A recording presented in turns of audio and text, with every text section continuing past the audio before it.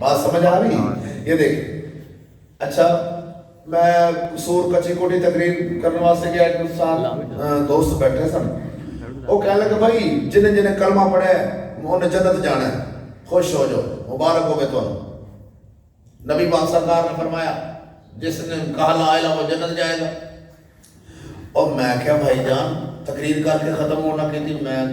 تقریر کو واسطے بیٹھا میں کہ مولانا صاحب بیٹھے جی 2 منٹ بیٹھ کے میں کہتی نبی پاک سرکار نے فرمایا سی بھی تساں اپنی مرضی نال زندگی گزارنا فلماں ڈرامے ساز گانے ناچ بے پردگی بے حیائی جس طرح دل کرے بس کلمہ پڑھ لے جائے یہ فرمایا سی کرے کہتے جی سرکار نے فرمایا جنہیں کلمہ پڑھ لے میں کہا پھر تے کلمہ تے سارے پڑھتے ہیں عبداللہ بن ابی رئیس المنافقین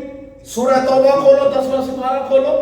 کلمہ پڑھتا تھا میرے آقا کے پیچھے نمازیں پڑھتا تھا اور وہ فوت ہو گئے نبی پاک نے انہیں جنازہ پڑھایا اپنا کرتا مبارک اتار کے انہیں در پایا دعا منگی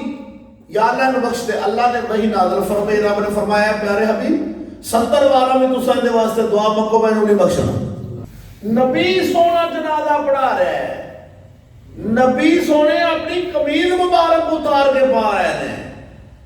تو رب خود فرما رہے ہیں قرآن وہی آگی قرآن مجید یہ بخشش نہیں ہونی وہ تو کلمہ والا سی کلمہ تو پڑھتا سی کلمہ پڑھتا سی پر ایتھو اتے پڑھتا سی بھائی ایک ہوندہ کلمے نو پڑھنا ایک ہوندہ کلمے نو مننا ان دے وچ زمین آسمان دا فرق ہے